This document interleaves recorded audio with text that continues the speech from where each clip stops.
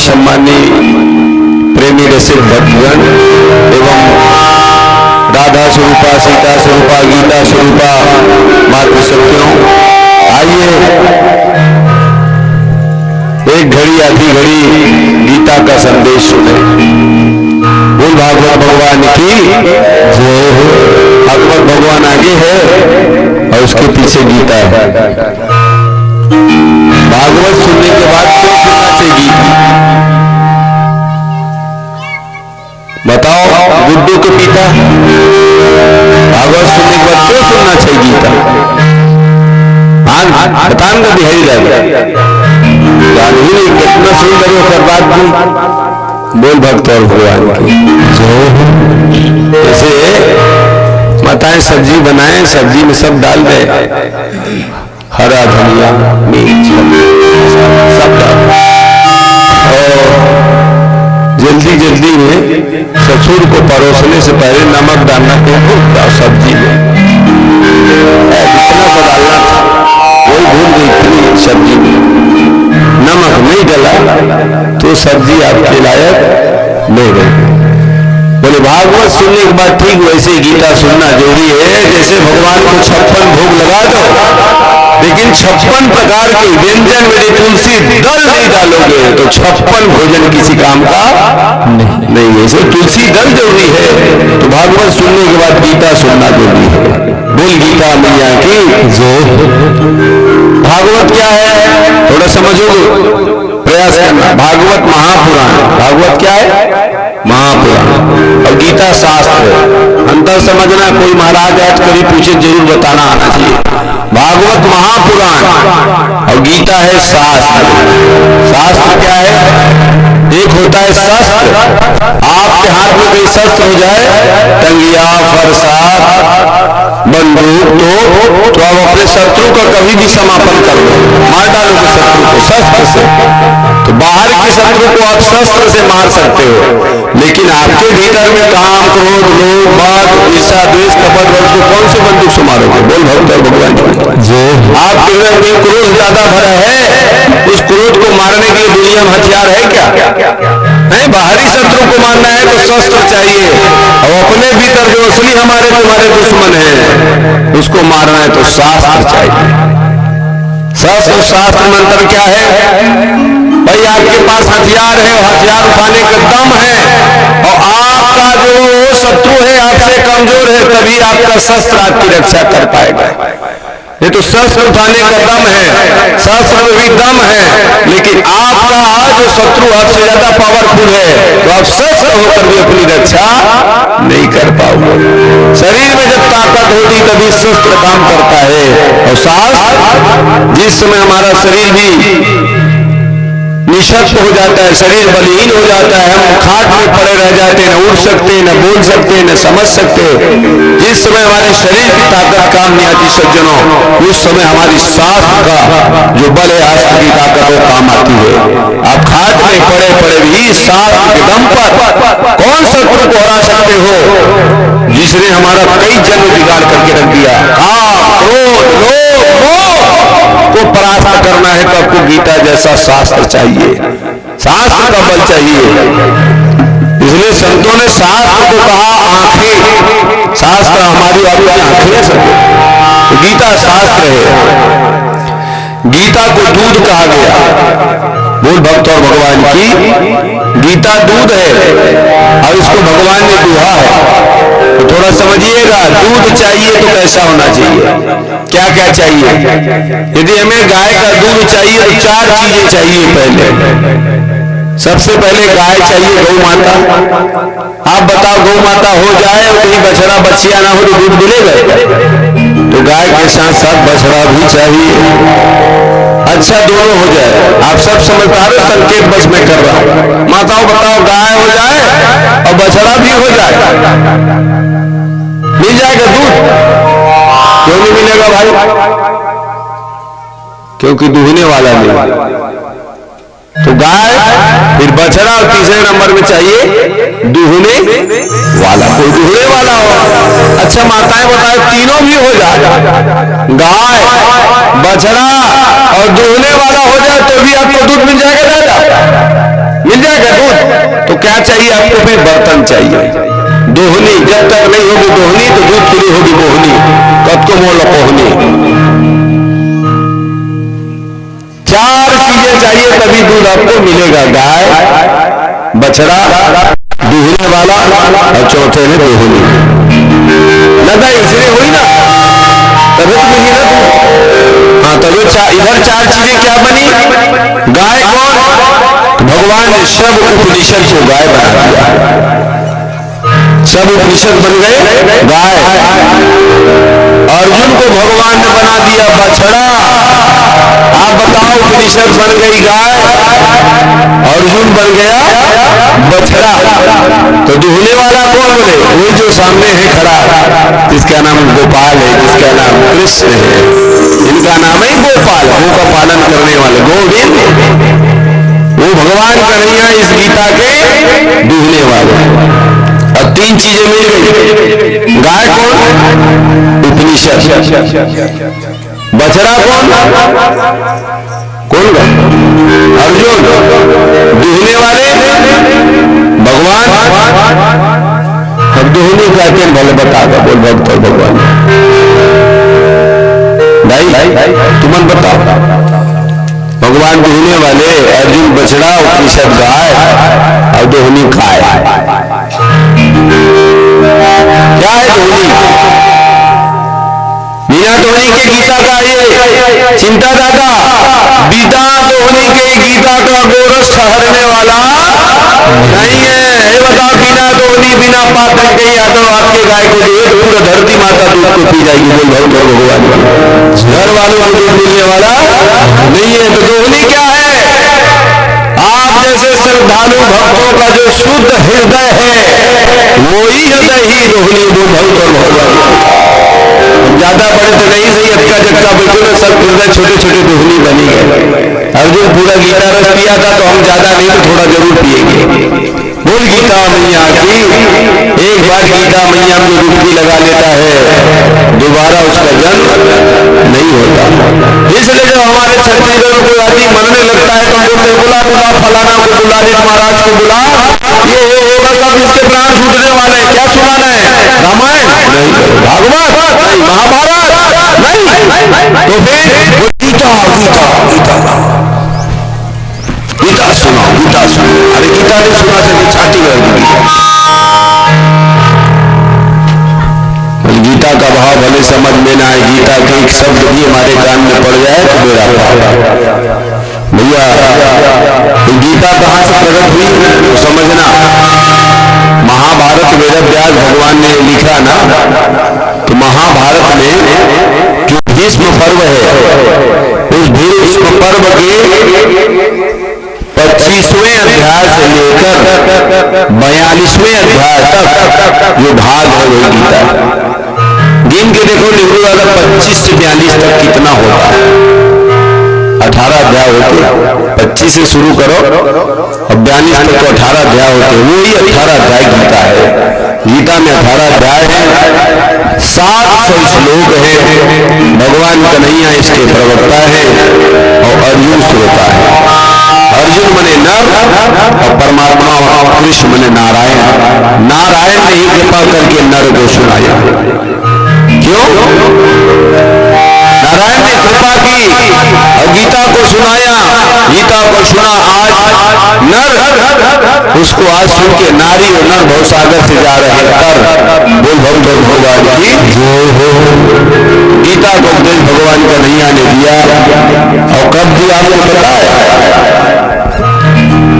वेदों की रचना भी हुई, यद्यपि वेद तो अपौरुषेय है। पुराणों की रचना की गई बढ़िया नदी किनारे में शांत आश्रम में बैठकर, जहाँ कोई शोरगुल करने वाला नहीं, कोई उठापटक करने वाला नहीं, ऐसे शांति पूर्ण स्थान पर ये पुराण रामायण की रचना हुई।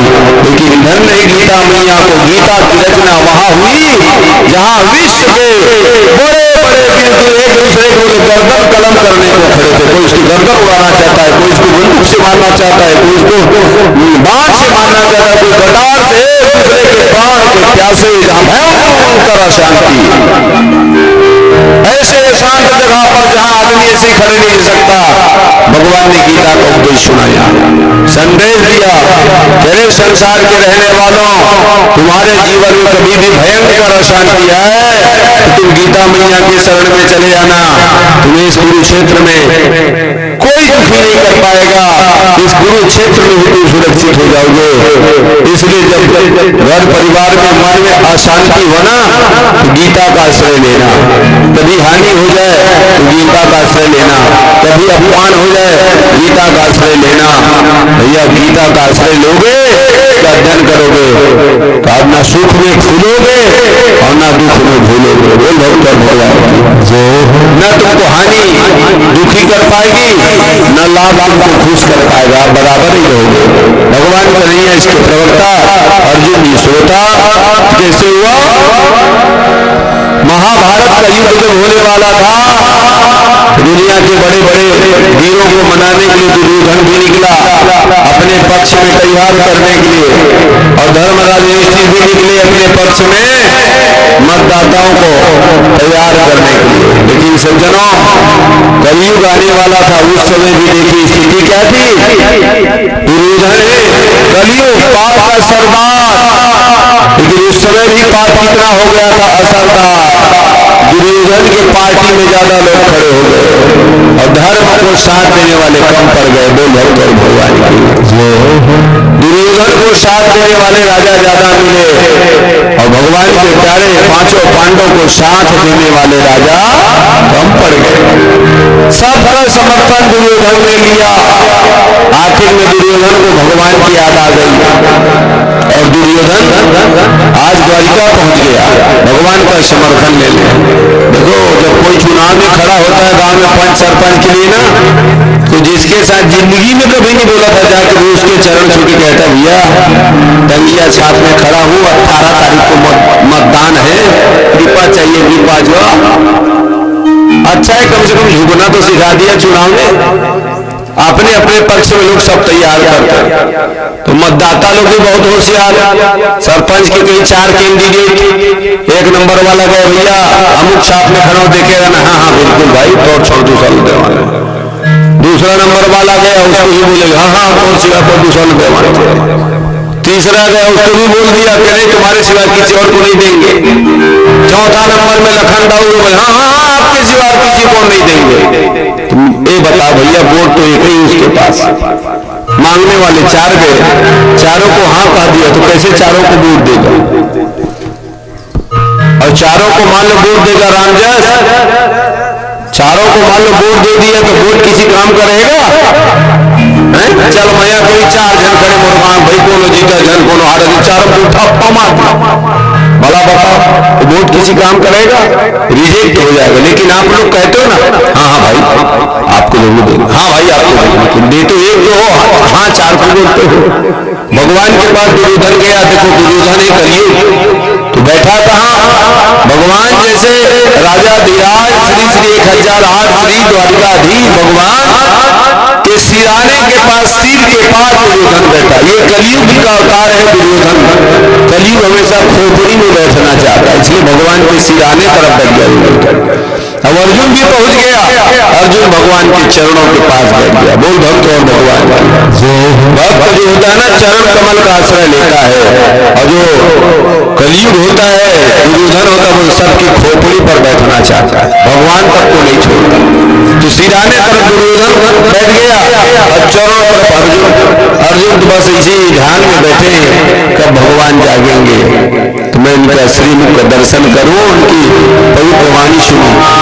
भगवान जब उठे, आप बताओ हम जैसे सोए जब उठते तो हमारी नजर पीछे तरफ जाती कि आगे तरफ? उठते ही पैर तरफ जाती है। भगवान ने देखा अर्जुन ऐसे हाथ जोड़े बैठा था, अरे अर्जुन कब से तू आया है, बताया तक नहीं? क्या नहीं प्रभु आप सोए थे, आपको जगाना उचित नहीं समझा। तो पीछे से दुर्योधन बोला महाराज पोखर में पहली माया। बोल भक्त भगवान, अरे दुर्योधन तुम भी आए हो? ऐसा क्या हो गया कि दोनों बंधु मेरे घर सुबह सुबह पधार गए? क्यों आए हो? दुर्योधन ने कहा, आप तो जानते हो कुरुक्षेत्र में युद्ध हो रहा है, मुझे जीतना जरूरी है, तो आपका सहयोग मांगने आया हूं। जीवन भर कभी सहयोग नहीं मांगा था भगवान से दुर्योधन ने, हमेशा विरोध किया था, लेकिन अब चुनाव का समय आया तो विरोधियों को भी साधने का प्रयास हुआ। अच्छा, आप समर्थन मांगना है, तो भगवान ने अर्जुन से पूछा, अर्जुन तुम क्या चाहते हो? तो कहा, प्रभु आपकी कृपा हो, आपका सहयोग लेने आए। तो भगवान ने कहा, हम तो अकेले हैं, हम तो अकेले हैं और मांगने वाले तुम दो हो, तो क्या किया जाए? भगवान कन्हैया ने कहा, देखो भाई, मैं बंटवारा कर रहा हूं, एक तरफ मेरी एक नारायणी सेना रहेगी और एक तरफ मैं रहूंगा अकेले, लेकिन निहत्था कोई हथियार धारण नहीं करूंगा, दोनों में से आप फैसला करूंगा। दुर्योधन ने कहा, बिना हथियार वाला आदमी युद्ध के मैदान में कोई काम का नहीं, वहां हथियार वाला चाहिए। क्यों? एक दूसरे की गर्दन उड़ाने के लिए, मौत के घाट उतारने के लिए हथियार चाहिए, हथियार। निहत्था से काम नहीं चलेगा, तो कहा चाहिए? बोले दुहत्था चाहिए। कहते ना आदमी, मारा दुहत्था तो प्राण छूट जाएगी, तो निहत्था राम को बोलता है, तो निहत्था किसी काम का नहीं। तो दुर्योधन ने कहा, प्रभु हमें निहत्थे व्यक्ति की जरूरत नहीं है, आप अपनी एक अक्षौणी नारायणी सेना हमें दे दो, बोल भक्त करो भगवान की। भगवान को दुर्योधन ने छोड़ दिया। पापियों को कभी भगवान पर भरोसा होता नहीं सके, और भक्त का भरोसा कभी भगवान से टूटता नहीं। भक्त पूरे संसार को छोड़कर प्रभु से नाता जोड़ता है, और हम आप लोग भगवान को छोड़कर पूरी दुनिया से नाता जोड़ते हैं। अंतर यही है। दुर्योधन जैसा जीव परमात्मा को छोड़कर विनाशवान संसार के संसारियों से नाता जोड़ता है, और भक्त लोग पूरे संसार से नाता जोड़कर परमात्मा परमात्मा से नाता जोड़ते हैं। अर्जुन ने कहा, मैं आपको पाकर धन्य हो गया, बोल भक्त और भगवान की। दुर्योधन ने, भगवान कन्हैया ने कहा, अर्जुन आज तो तुम ठगा गए। दुर्योधन ने मौके का फायदा उठा लिया। अर्जुन ने कहा, प्रभु आज तो मैं वास्तव में डर गया था, दुर्योधन की सद्बुद्धि मिल गई है, आपके चरणों में आ गया है, मुझे लगा वो आपको ना मांग ले, यदि वो आपको मांग लेता वास्तव में ठगा जाता। अर्जुन ने कहा कि प्रभु हमारे जीवन का पूरा हक आपको आपके हाथ में, आप हमें पालनहार मिल गए, आप हमें सर्जनहार मिल गए। अच्छा बता, चुनाव जब लड़ते तो हार मिलती कि नहीं मिलती? दोनों को हार मिलती है, जीतने वाले को भी हार और हारने वाले को भी हार। जीतने वाले को भी हार और हारने वाले को भी हार। अब आप सोचो, जीतने वाले को कैसा हार और हारने वालों को कैसा हार। तो जीतने वालों को भैया ऐसा हार, जीतने वालों को माला का हार, फूलों का हार ऐसा मिलता है ना। आपके पास पार्टी की जीत का आप ले जाकर हार पहना, वो पहनाएगा। तो जीतने वालों को ऐसा हार और हारने वालों को कोई आदमी चाहता हारने वाला वैसे हार गया, और जीतने वाले को ऐसा हार मिल गया पंडवा। तो मिली दोनों हार। अर्जुन ने कहा, प्रभु मुझे तो मिल गए पालन हार, बोल भक्त और भगवान की। मैं जीवन का पूरा भाग आपके चरणों में सौंप रहा हूं। आज अर्जुन गदगद हो गए और भगवान से कहने लगे, मुझको माधव का सहारा मिल गया, मुझको माधव का सहारा मिल गया,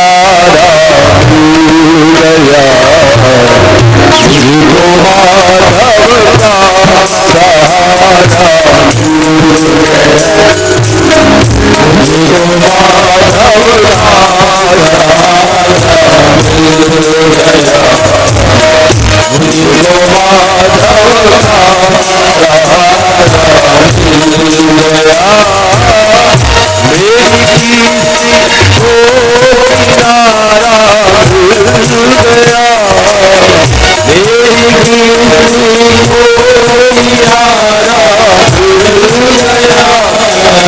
अरे अभी जीव और आप हैं जीव, जीव यदि परमात्मा का साथ मिल जाए, बेड़ा पार हो जाए, सारे संकटों सारी मुश्किलों से मुक्ति मिल जाए।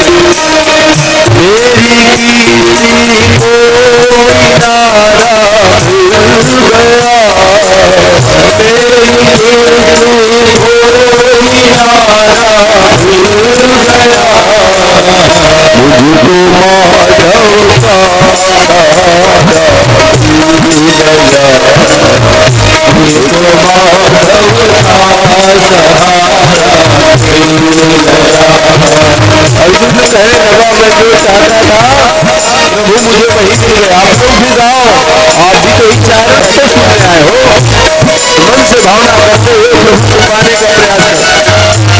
अर्जुन कहता है क्या, ढूंढती थी तेरी नसीरें दो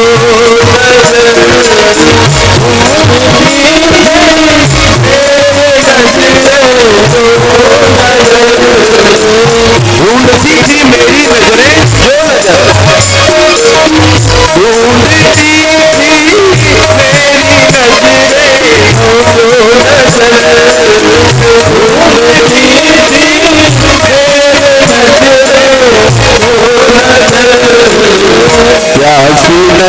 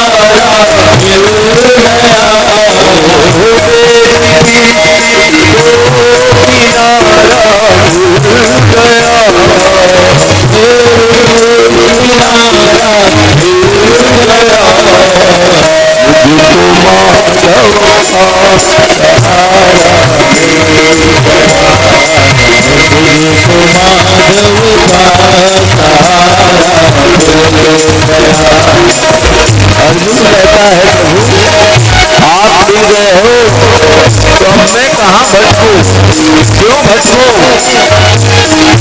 क्यों चिंता मैं करूं, पूरे युद्ध का भार आपके श्री चरणों में मैंने अर्पित कर दिया। युद्ध में चाहे मेरी पराजय हो, चाहे मुझे विजय नहीं मिले, दोनों की चिंता मुझे नहीं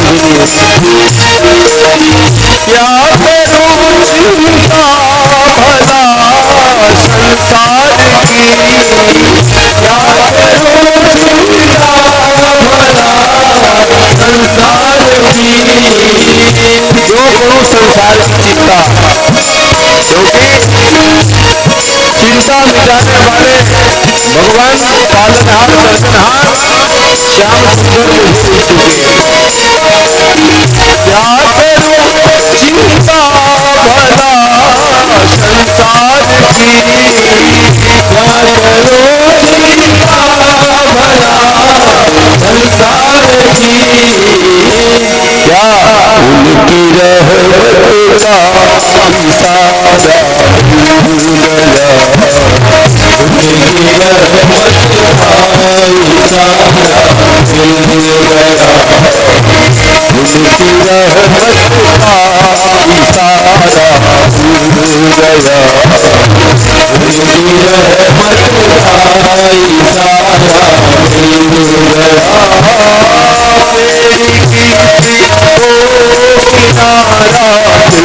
रहमत का इशारा भूल गया, उनकी रहमत का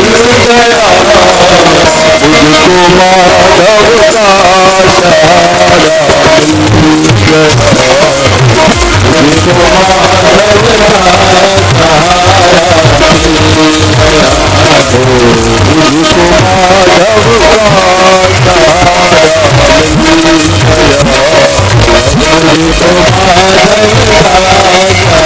मिल गया,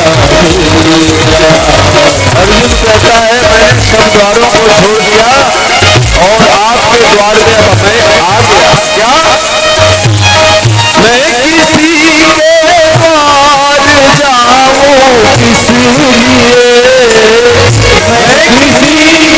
द्वार जाऊं इसलिए, मुझे द्वार द्वार भटकने की आवश्यकता नहीं। तो सुन लो, मैं किसी के द्वार जाऊं इसलिए,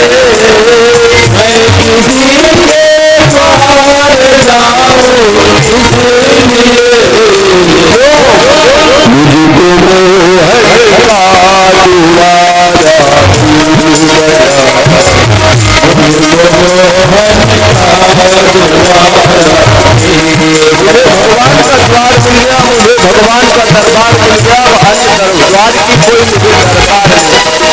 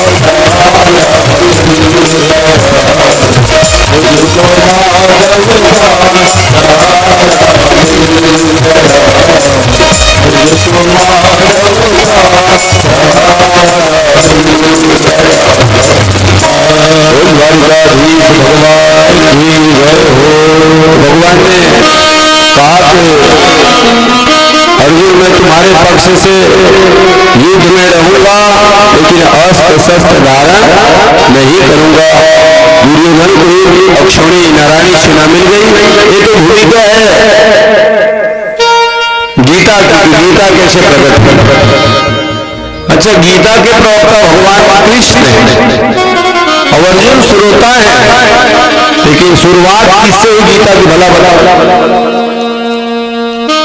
आप सब ज्ञानी लोग बैठे हैं, कहने वाले कन्हैया हैं, सुनने वाले अर्जुन भैया हैं कृपाल, लेकिन शुरुआत किससे होती गीता की?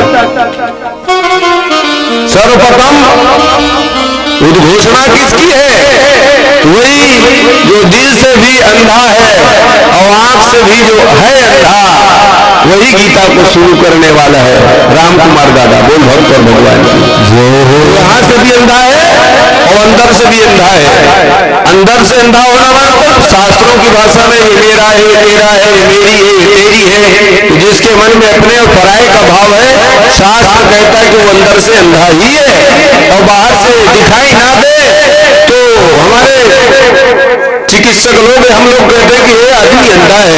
तो धृतराष्ट्र दोनों तरफ से अंधा है, इधर भी अंधकार और यहाँ भी अंधकार। ये बताओ आपको दीपक जलाना है तो आप कहाँ पहले दीपक जलाने की प्राथमिकता दोगे? वही ना जहाँ सबसे ज्यादा अंधेरा हो, वही ना जहाँ कुछ दिखाई नहीं, वही दीपक जलाओगे ना। भगवान कृष्ण का इसको बिल्कुल दिखाई देने वाला नहीं। ये बाहर से भी अंधा है और अंदर से भी अंधा। बोले दीपक वही जलाया जाए। और धृतराष्ट्र का मतलब होता है धृत मने पकड़ के रखना, राष्ट्र मने कुर्सी सत्ता को कुछ भी हो जाए मेरी सरपंची बन जाए। हाँ, मैं 1 साल सरपंच, 1 पंचवर्षीय मैं सरपंच, और आ गई महिला कहीं से बोले इस साल मेरी बहू सरपंच या मेरी पत्नी सरपंच, कुर्सी मत जाए। ये जो विचारधारा वही धृतराष्ट्र। कुछ भी हो जाए, कहते ना राजनीति वाले, राजनीति में सब कुछ जायज। किसी का मर्डर करा दो जायज है, किसी को खरीद लो जायज है, किसी का अपहरण करा दो जायज है, कुछ भी हो जाए, बस मेरा बेटा एक बार राजा बन जाए, एक बार मेरा बेटा राजा बन जाए। तो ऐसी जो लालसा है ना वही धृतराष्ट्र है। और अब बताओ जिसकी ऐसी भावना, आदमी अंधा होता है कि नहीं होता? उसको अच्छा बुरा दिखाई देता है क्या? सिर्फ सत्ता दिखाई देती, कुर्सी दिखाई देती है। और ऐसी जिसकी भावना हो गई ये बराबर देख रही, उसके बाद भी समझना है प्योर धृतराष्ट्र है वो, भक्त और भगवान की। इसका नाम धृतराष्ट्र है। अच्छा, दुर्योधन, धन तो सबको चाहिए भाई, आपको भी चाहिए, मेरे को चाहिए, पढ़ने के लिए चाहिए, लिखने के लिए चाहिए, मोबाइल में बात करना है तो भी धन चाहिए, कहीं आना जाना है तो भी धन चाहिए, परिवार को चलाना है तो भी धन चाहिए। बिना धन का किसी का काम होने वाला नहीं है। लेकिन इसका नाम दुर्योधन। अपने धन को संभाल के रखो, तिजोरी में रखो, लाकर्स में रखो, ज्यादा हो गया तो एफडी करा दो, फोन पे में रखो, बहुत अच्छी बात है। लेकिन भाई दूसरों के धन को भी हड़प में रखना चाहो ये अच्छी बात नहीं है। तो दुर्योधन वो है जो अपना धन संभाल के तो रखे, दूसरों का भी धन हड़प लेना जो चाहे। अब हम कौन क्वालिटी के अपने आप में विचार कर लिए, वो लोग तो भगवान। तो धृतराष्ट्र के मुख से गीता का पहला शब्द निकला, तो गीता का पहला शब्द निकला तो क्या असर हुआ? धृतराष्ट्र जैसे पापी के मुंह से जो प्रथम शब्द निकला सज्जनों, वो शब्द है धर्म। बताओ, गीता ने इसको धर्म को प्रेरित कर दिया शुरू होने से पहले। पहला श्लोक है गीता का, धर्म क्षेत्र कुरुक्षेत्र समुदेता युद्धस्वः माम काह पांडवा से कुरुवत संजय। यहाँ धृतराष्ट्र अंधा कैसे हो गया? मेरे बेटों ने और पांडु के बेटों ने क्या किया? जबकि पांडवों ने पांडु के मरने के बाद कभी धृतराष्ट्र जी को अलग नहीं माना, बड़े पिताजी माना और अपने पिताजी से ज्यादा सम्मान दिया। लेकिन आज उसने अभिव्यक्त कर दिया, मेरे बेटे और पांडु के बेटे हो गए ना दो भाव, इसलिए अंधा है। भगवान ने कहा इसकी आंख खोलनी जरूरी। उसी बीच में वेदव्यास जी आ गया। वेदव्यास जी ने कहे, धृतराष्ट्र तुम्हारे बेटे और पांडु के बेटे में के बीच में कुरुक्षेत्र में युद्ध होने वाला है, क्या तुम देखना चाहोगे? घर बैठे प्रत्यक्ष दर्शन करना चाहोगे कौन हार रहा है, कौन जीत रहा है, कौन किसको मार रहा है? तो धृतराष्ट्र ने कहा, जिंदगी भर तो कुछ दिखा नहीं, अब देखो तो अपनों को मरते करते देखो। बोले मुझे ऐसा नहीं चाहिए। तो क्या चाहिए? बोले मैं पल पल की खबर सुनना चाहता हूँ, प्रभात से गोलीबार क्या हो रहा है और क्या होगा, ये दोनों मैं जानना चाहूंगा। तो वेदव्यास भगवान जी ने धृतराष्ट्र का जो मंत्री था जिसका नाम संजय, उसको दिव्य दृष्टि दे दी और दिव्य श्रवण दे दिया। यह बात थोड़ी गौर से सुनना। दिव्य दृष्टि माने दूर की चीज को दूर से ही देख लेना, वो दिव्य दृष्टि हो गई। और दिव्य श्रवण भी दे दिया ताकि वो कुरुक्षेत्र के मैदान में जहां 18 अक्षौणी सेना है, जहां भयंकर शोरगुल है, उतनी भीड़ में कौन आदमी किसके साथ क्या बतिया रहा है, एक की आवाज जो सुन सके, वो दिव्य श्रवण। और इसी घटना ने, ये दिव्य दृष्टि ने और ये दिव्य श्रवण की घटना ने क्या किया? पहला वैज्ञानिकों को सोचने के लिए, कलयुग के वैज्ञानिकों को मजबूर कर दिया। ऐसा क्या था कि महल के भीतर बैठे बैठे संजय ने कुरुक्षेत्र की सारी घटनाओं को देख लिया, पहली बात। और दूसरी बात, घटनाओं को देखा ही नहीं, वहां जितने भी आपस में बातचीत कर रहे, हर किसी की बातचीत को सुना भी, दिव्य श्रवण भी।